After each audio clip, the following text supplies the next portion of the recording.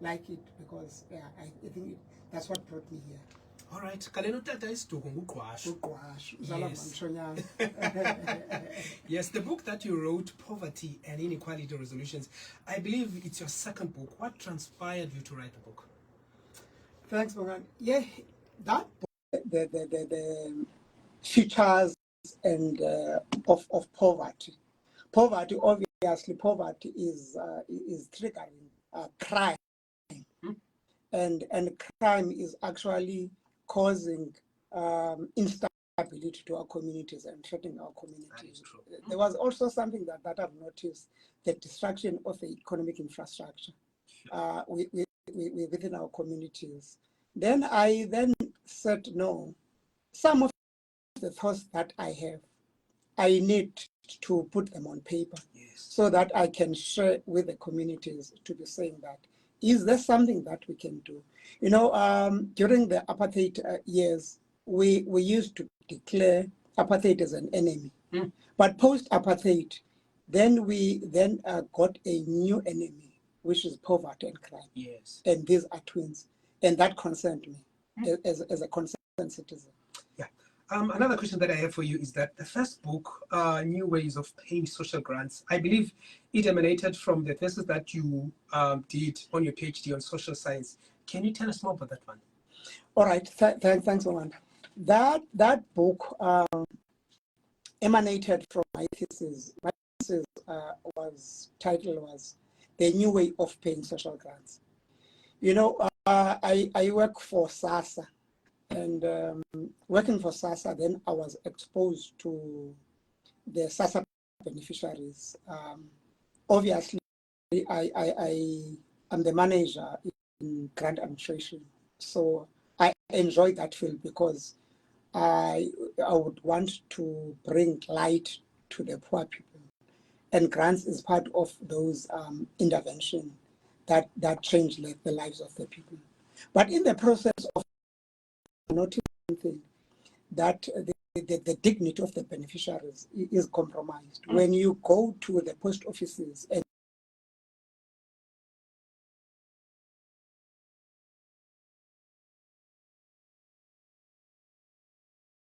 then that concerned me to be saying, is there a way that we can restore the dignity of our people?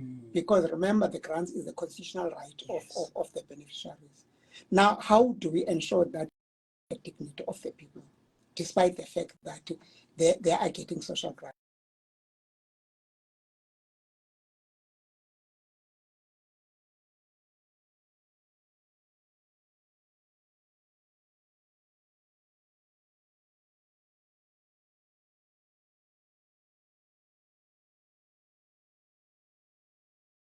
Abantu abadisabled who are at times subjected to crime because bavuka ekuseni ngo-5. Just imagine ekuseni umuntu avuke amkeleni ngo-5, uleqa post office evula ngo-8 to go and arrive there at 5 o'clock or 4:30 ekuseni. 4 hours outside in cold and winter days, rainy days. Then I said there should be a way that I should then provoke the thoughts of the people to be saying, what is it that we can do? And obviously, I propose a lot of payment methods there.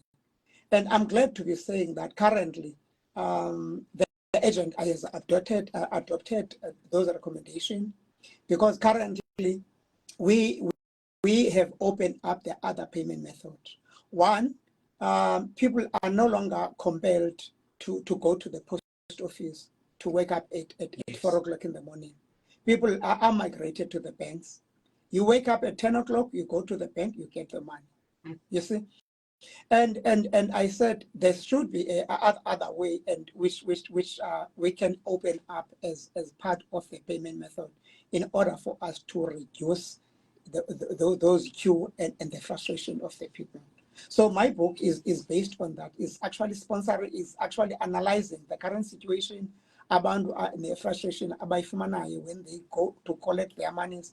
And I think the other issue that prompted me to write the thesis is to be saying, look, the thesis will be at the libraries of the universities, but I would have wanted to share my ideas And hence I sort of converted the thesis into a book so that ordinary people can access my recommendation in the current situation, you know, to be saying that there are other better ways that the people can get their money despite and go and queue for their monies.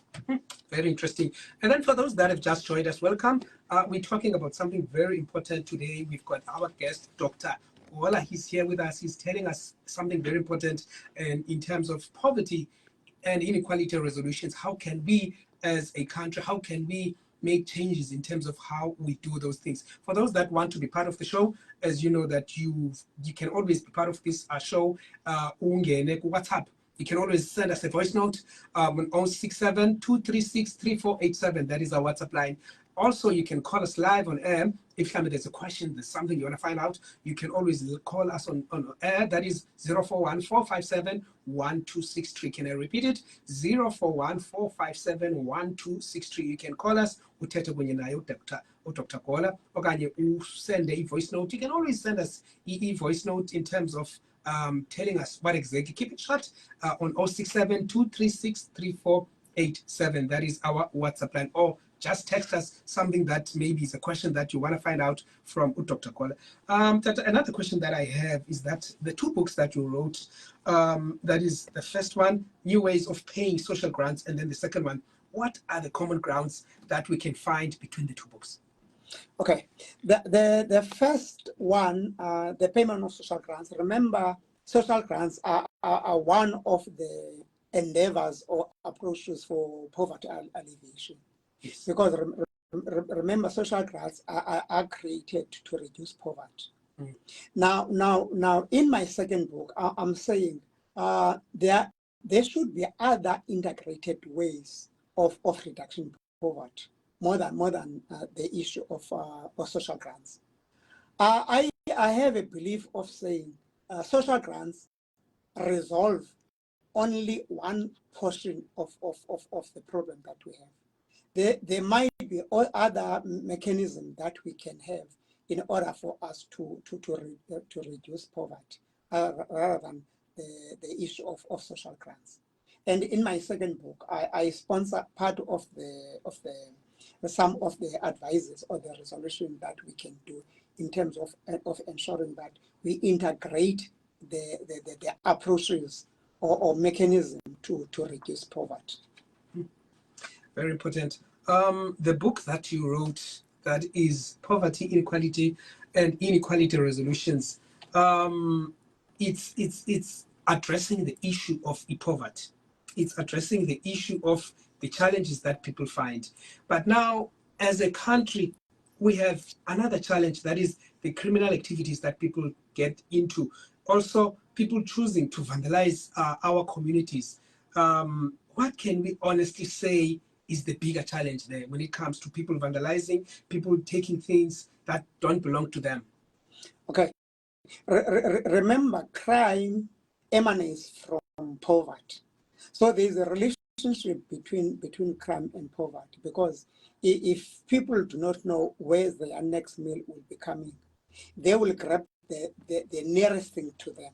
Yes. But I'm saying poverty is not something new. We cannot justify crime because of poverty. Because remember, especially the economic infrastructure that we have is meant to improve the quality of lives of the people. Yes. Yes. So there is no way that we can make poverty as an excuse to be saying, because remember, when you go to the township, that's what concerns me. When you go to the township, the street lights, the robots are not working. Yeah. You know, it becomes very painful, because those people that will vandalize that infrastructure will only go and sell those infrastructure only to survive for the day. Yes. And remember now, the consequences of the destruction of that is costing more than that. Yes. And I want us to go back to the communities. I want to provoke the thoughts of the communities. Unless we take ownership, you know, when you go to the township, there's a tendency even vandalizing the schools. And I'm beginning to say, how do we then destroy our facilities that are meant to improve the quality of life. Yeah. Because these are the very same things that, remember, that infrastructure is not coming anywhere. It's coming from our taxes. And if we vandalize that, remember, I have paid a tax there. Yes. And unfortunately, we observe and we see these people who are committing these crimes. And unfortunately, we are not taking that ownership. And secondly, the communities, and I would want to provoke the community leaders to be saying, unless we take ownership of our facilities that are meant for us, yes, there is no way that the government official will be there 24 hours. Because these are the facilities that are meant for us, and the communities have a responsibility to ensure that we secure those facilities, because at the end of the day, they are meant for our utilization and to improve the quality of our lives. So I would want to be saying to the communities, including the community leaders, to be saying, let's go back and reclaim our space, to be saying that these are our facilities. Let's ensure that we secure them. You know, there's a new culture in our society whereby people don't want to take responsibility when it comes to issues of unemployment, issues of challenges that they face in the community. You will find Butabandu, they always blame the government. They always blame the fact that the government is allowing foreigners to take over their jobs. The government is not doing enough. You know, in a country where, honestly, the rich are just getting richer and the poor are getting poorer. How does your book address the matter? And also, how does it influence the leadership? Okay. I think my analysis of the current situation, you are correct to be saying, in my book, I've said I have observed that the gap is widening, yes, between the rich and the poor. And this was actually made worse by COVID. COVID-19 killed a lot of our economic activities. A lot of people lost their jobs and they became unemployed. There were a lot of jobs that closed down, yes, because of COVID. And that created a situation to be saying, on top of the rate of unemployment, which was high. I had a look on the stats, first quarter stats, unemployment. It was 42%. Out of the 42% of unemployed people, there's about 40% of the people who are unemployed, who are youth, who are supposed to be employed. And now you begin to be saying that I have a belief that there is no vacuum in life. Yes. And the youth, if the youth is unemployed, remember, it is frustrating, especially when I have analysis in my book. There are a lot of graduates that are sitting at home, and those graduates are unemployed and they're frustrated. Yes.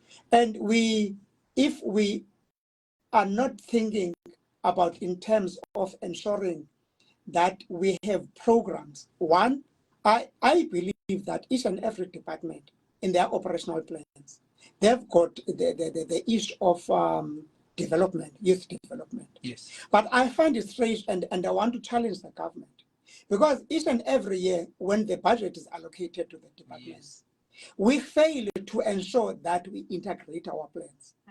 We have the same constituency, communities, yes, but each and every department is operating in silos. Instead of saying, when each and every department is developing its own strategy, if we've got a social cluster, get all the departments that belong to social cluster, yes, in one room. What is our priority in this financial year? Yes. How do we ensure that we prioritize? Because you'll discover that even in these priorities, there's a duplication. This department will do the same thing that the other department is doing in the very same cluster. And I'm saying that to avoid that in double dipping, we need to ensure that we list our priorities so that we take ownership. What the other department cannot cater for, the other department must take over, so that we have a pool of people who must benefit out of this. Because we have the same goal in terms of improving the life of the communities as a social cluster. I think that's the first thing. The second issue that I would want to challenge, I would want us to move away from the situation where we give a thinking the people or to the communities to be saying, in order for me to progress, I need to be getting the grant. Because over and above that, we make people to depend on the grant. As a result, they are not doing anything over and above that. There should be programs of saying, how do we integrate? If, for instance, I'll make an example. Department of Economic Affairs. Yes. You have Department of Economic Affairs. How do you link that with National Development Agent? Because these are youth that we have. How do we then ensure that we empower this youth? If we fund this project, how do we ensure that we register these youth in order to be active in a corporate world, so that we make their program or project sustainable? Because once those programs are sustainable, the very same project can create employment. So we have a society which get used to be saying, I'll wake up today and go and do something to earn the living. You know, when you go out, people are so used to hands out. Yes. You know, you go to a traffic light. Yes. You've got a person. This person is 100% fit, healthy, but this person is tuning himself for the handouts. On the other corner, these are the people that we are sort of accused, foreigners. You get on the other corner, the same opposite. This person, you'd get our brothers from Africa. They are selling the very same street, and you'd want to understand the thinking of these two people. This one has woken up this morning to be saying, in order for me to earn a living, let me go and sell these products. We've got this person on this corner to be saying, in order for me to get living, let me rely on handouts.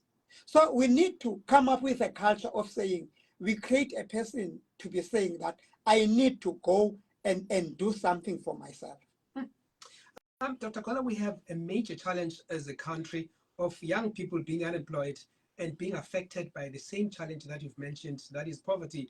How do we then bring an antidote to the decaying structures that we have of our governance? I believe that as a country, somehow there has to be something that we can always bring as an antidote for this poverty that is actually shaking our country. Okay, I think my first comment is, look, we need to condemn corruption as much as we can. Because, you know, in South Africa, we are so good in develop the policies. South Africa, we've got beautiful economic policies, which were meant to benefit ordinary people, to eradicate and reduce poverty.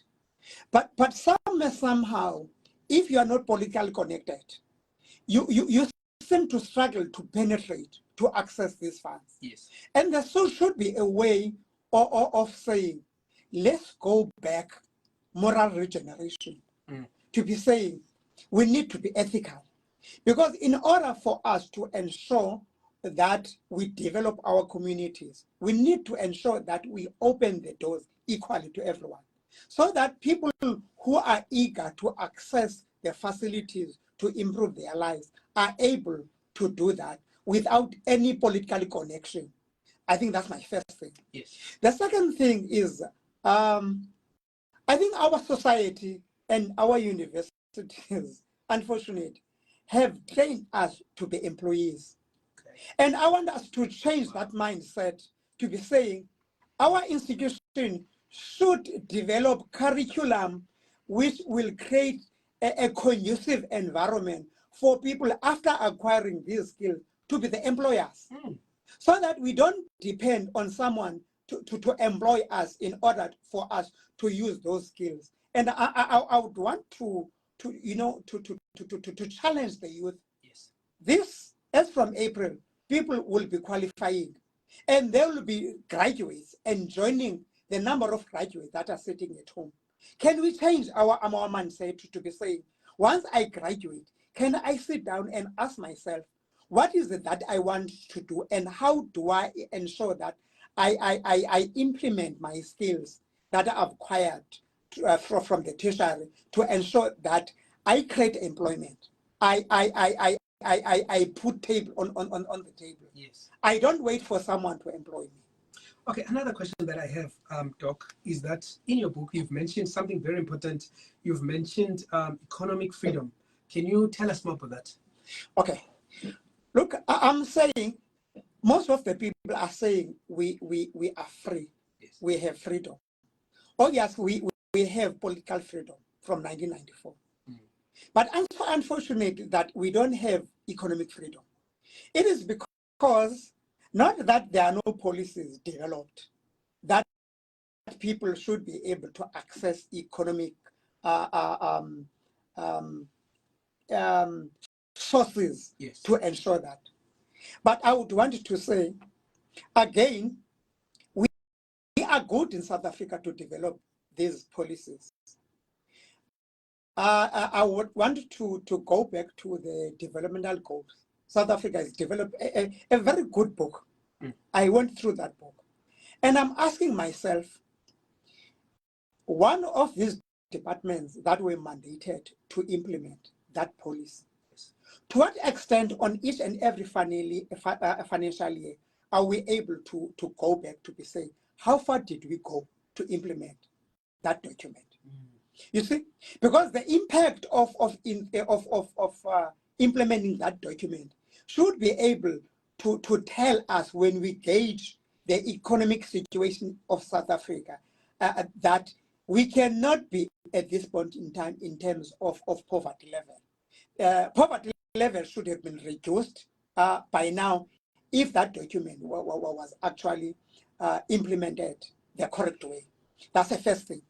The second issue is for us to be actually practical when it comes to these policies, because these policies are not only aimed to be developed and gather dust somewhere there. They are there for us to be able to say they should bring some relief in terms of our economic situation in South Africa.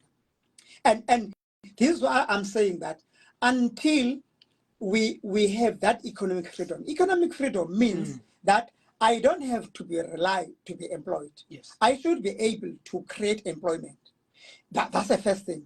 The second issue is to be saying that the government should be able to create a conducive environment to create employment, so that at the end of the day, once we have the economic freedom, we should be able to say that that economic freedom will then reduce unemployment, it will reduce poverty as well. Yes. For those that have just joined us, you are listening to iFM, that is 88.3, and we have Dr. Temba Gola is here telling us, unpacking the book that he actually wrote, that is Poverty and Inequality Resolutions by Dr. Temba Gola, telling us more about the book, also telling us more about how can we as a country make sure that we bring solutions to some of the problems that we have socially when it comes to poverty. Doc, one of the questions that I have is that the book Poverty and Inequality, who is your target market when it comes to the book, or who is it aimed at? Okay, my book has multiple target groups. Yes. The first one, if you look at my book, I'm actually provoking the decision makers, because I'm saying we should have policies that are implementable, policies that should make a difference, not just policies on paper that do not benefit ordinary people. The second issue is I'm actually provoking the citizens themselves to be saying we cannot sit back and make an excuse to be saying we are poor. Poverty is actually victimizing us. Somehow there should be a way of saying let's stand up, contribute to the poverty reduction ourselves. Two, we should also be able to take ownership of the economic infrastructure that I referred to.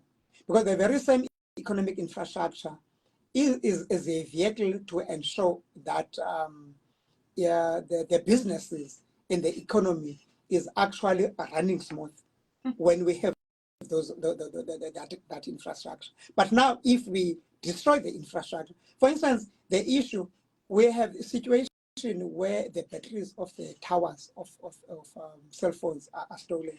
Yeah. And remember, cell phone is part of the way how people market their products. You see, and this is how we communicate.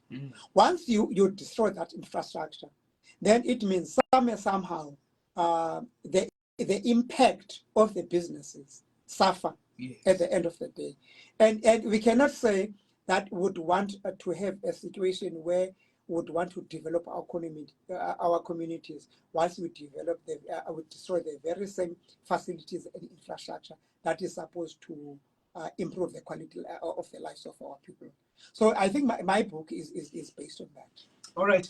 Another question that I have is that looking at the challenges we are facing as a country, and with all the resources that we have as a country, for instance, if you look at areas like Abu Mamtata, just look at the Eastern Cape. We have so much resources. We have so much when it comes to land, when it comes to farming and everything. But now we are at a point whereby we're talking about poverty, 2024.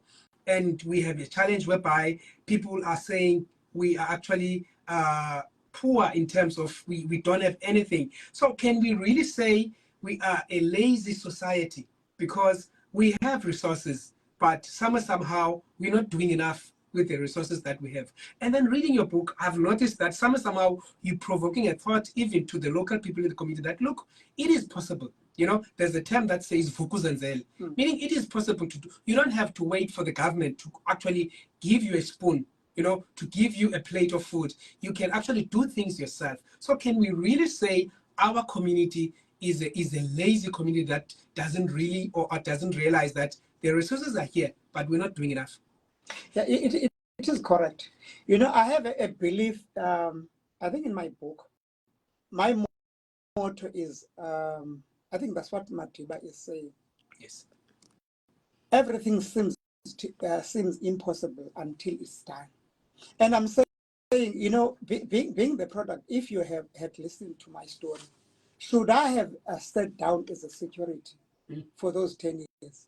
I'm asking myself, where would I be today? And I'm saying that nobody actually sort of compelled me to go and improve my quality of life. And I'm saying, with a situation of if I made a story about me, when I had to go to school with no cent even to go and register. And I'm saying that my situation was so bad enough that I could not even afford to pay just for the registration fee. And today, for instance, we've got government that is actually funding the education of the children. And I'm saying it can never be an excuse to be saying I have nothing.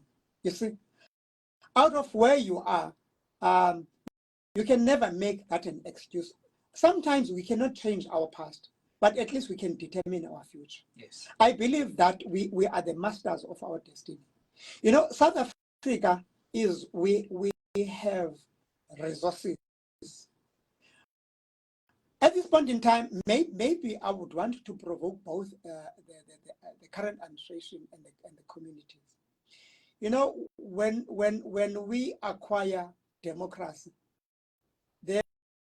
there were facilities that were created by the previous regime. And I'm saying, my father, my parents, they come from Pet, where in that village, the previous regime, Siskai government, created agricultural scheme. Yes. In that community, no one was buying vegetables, and those people would plow and plant vegetables, sell vegetables, supply the shops. With all those facilities that were provided, and it's not the only one. Yes. It's not the only one.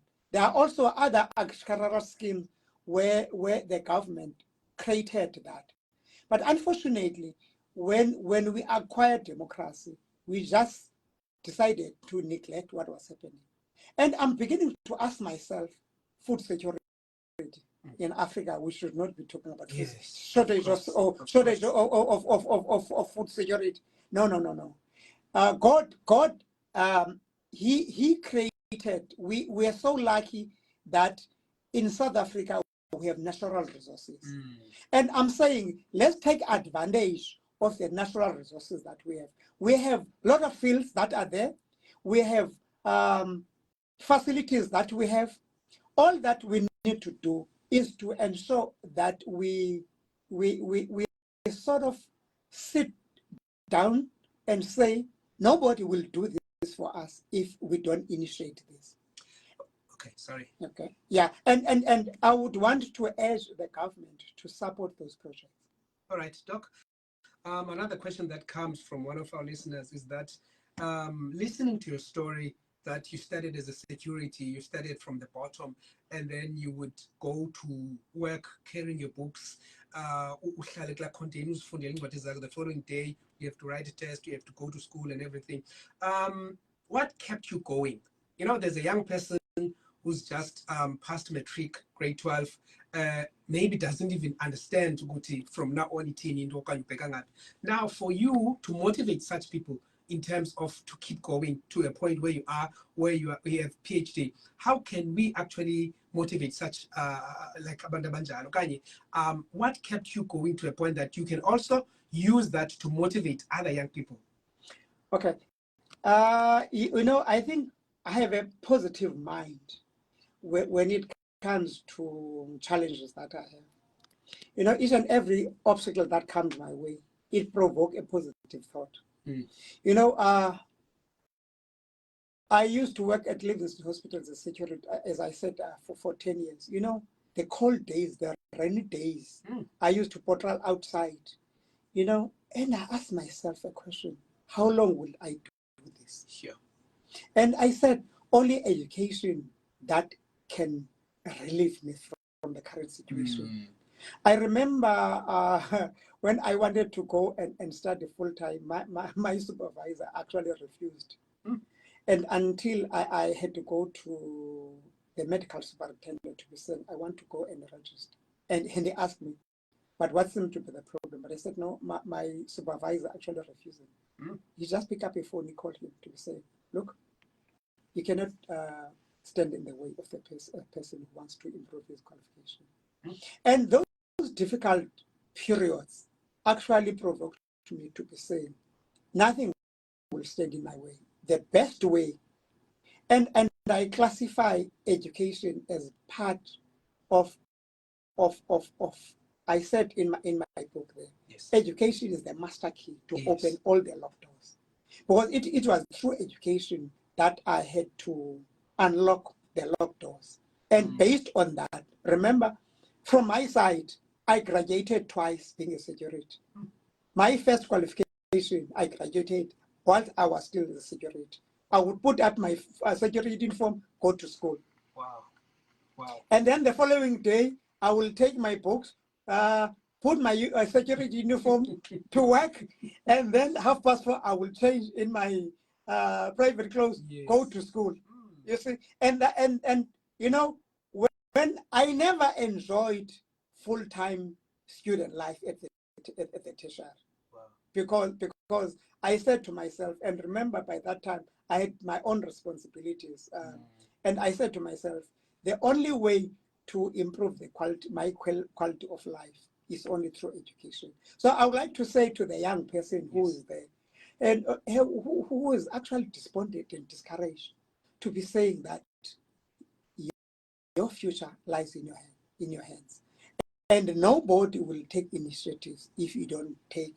You cannot change your past, but at least you can drive your future, and you know your destination. And obviously, you will experience some difficulties, but regard those difficulties as the stepping the stepping stone to reach up the mountain top. Dr. Gola, we have a challenge of young people who want things in a quicker system. We're living in a society where everything is just quick. Everything is just instant. You want money, you just get it now. There's quick fix in everything.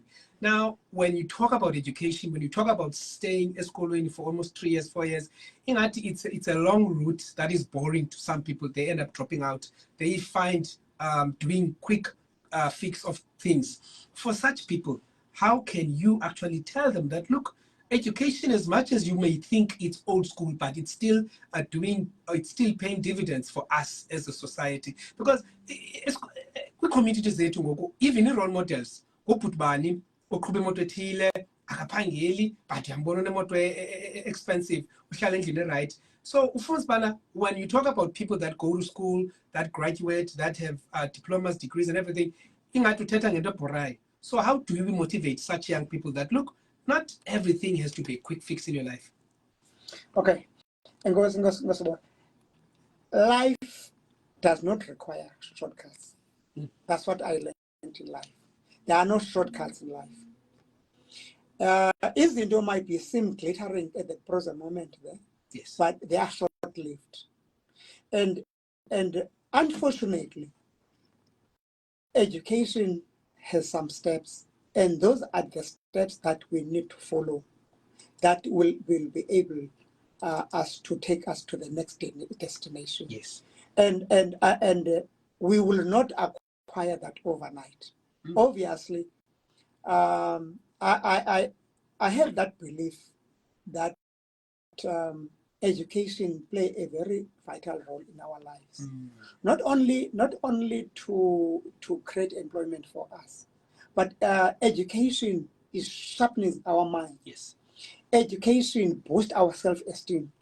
Education gives us a guarantee, even if today I'm not employed or I don't have employment, but it gives me a guarantee that tomorrow I might be an employer or an employee, even if today I'm unemployed.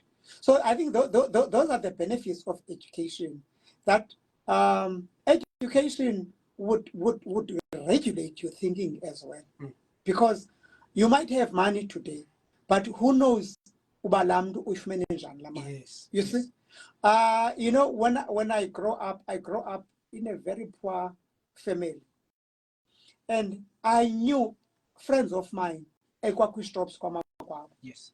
You know, in life you change, and those friends, businesses liquidated, and ubomi babo change. So unfortunately, if you do not invest in education, once that business go under, I think COVID, that's what COVID taught us. Yes. You see, because Bombay to today might be bright. Overnight, I know a lot of businesses that closed. People had to sell their cars, and some homes were repossessed of the people whom we were saying that these are our role models. But unfortunately, or fortunately with education, nobody can take that away from you. That is true. That is true. We have Dr. Gola at the studio telling us more about Inwadi Yake. As you know, that that he's trying to bring is that how can we, as a society, make sure that we bring resolutions when it comes to inequality and also the poverty that we have as a country. Because hey, Hulumende is not doing enough. There's a huge mountain when it comes to excuses, when it comes to us as abantu abamnyama, when it comes to izinto ezenzekayo. One of the things ezibalulekileyo that I think as mentionayo is something that was also mentioned by Dr. Mabenge book launch yakhe, that look, we have to be a reading nation. We have to be a nation that always reads, because you get to be sharpening your mind, which is something very important. Sometimes abantu bafunda for upasa, ufunda nje ukubana abe ne-qualification, but ubona mana apha ekuhlaleni community akho nto iluncedo ngayo. So what he's saying is that as a young person, make sure that you keep sharpening your mind, because education is something that no one can take away from you. Doc, another question that I have for you, maybe possibly the second last question, is that what can we expect from you now that you've written these two books and also you've given us some of the resolutions? What can we expect from you? What are the future plans that you have now? Okay, thanks. Currently, I'm writing my third book. Wow. Yeah, that is my autobiography. Wow. I'm currently writing that one. Yes. I'm hoping it will be out before the end of the year. Okay. I'm still interested to be part of the community project. Okay. Because I felt that whatever that I've acquired, the communities must benefit out of that. Yes. You see, because of my poor background, I have a belief that my contribution can improve or bring light to the person who has lost hope out there, to be saying that even yesterday I was there, and don't lose out hope.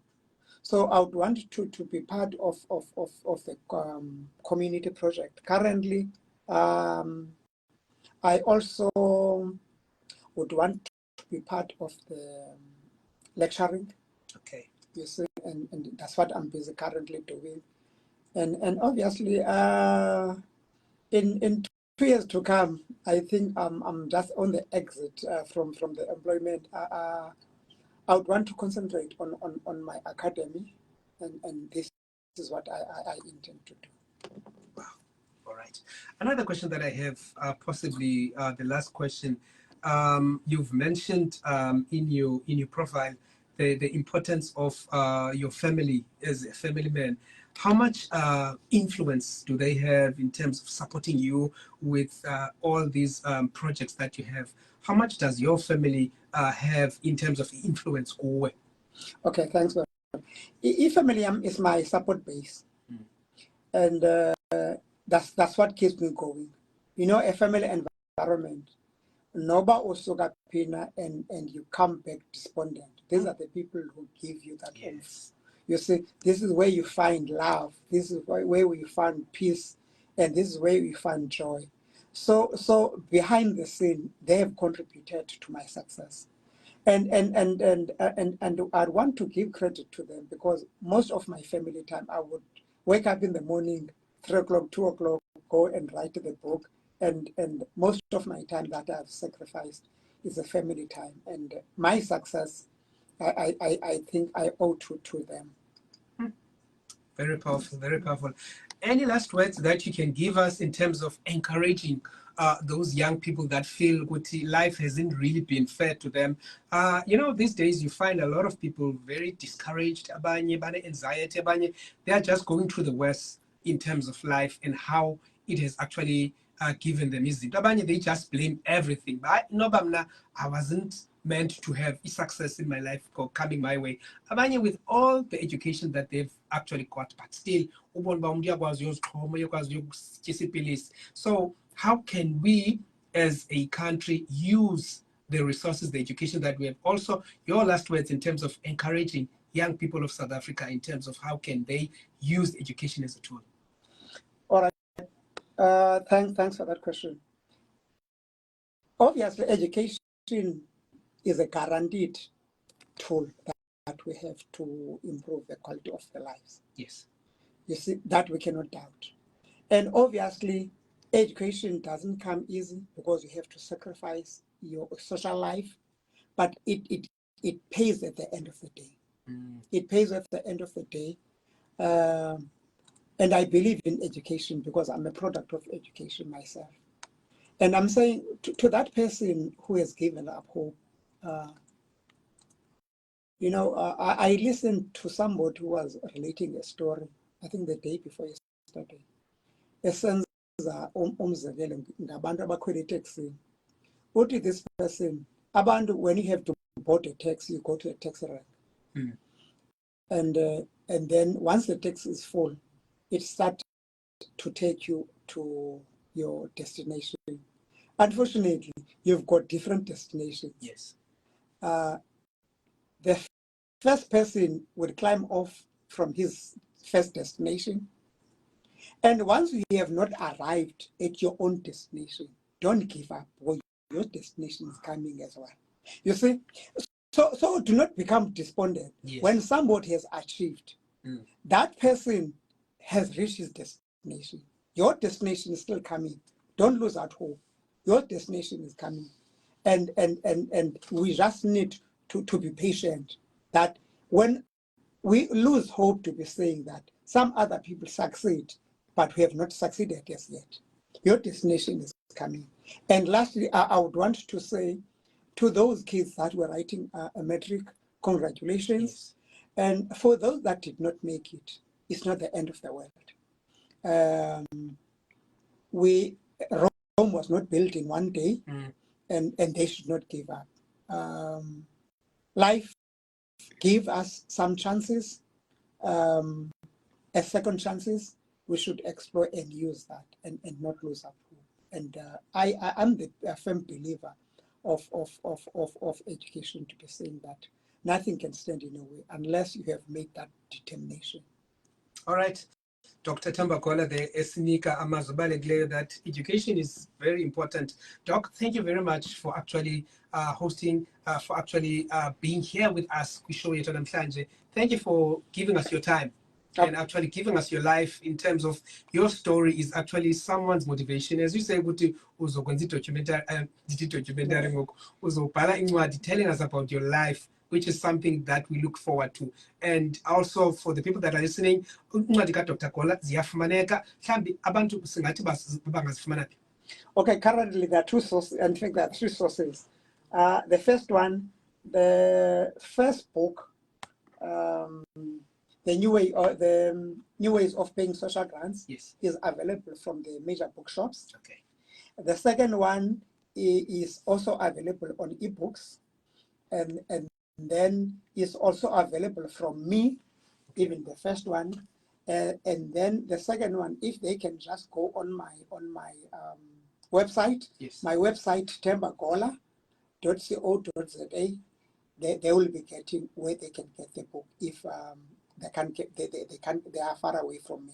Okay. So it means it's either the bookshop from me or from the ebooks. All right. Thank you so much, Doc, for your time. And also, thank you for actually sharing with us the most important thing in terms of how can we fight poverty as a country. Well, masibulela kakhulu ke kutata Gola sithi ke enkosi kakhulu nakuwe for usibola kanjebe yakho. Let's meet again same time, same place next week, where we'll be talking more in terms of motivating young people, encouraging young people, because as a country, we need to make sure that we invest in our young people. So make sure that you join us. Let's listen to the next show as it follows. Goodbye.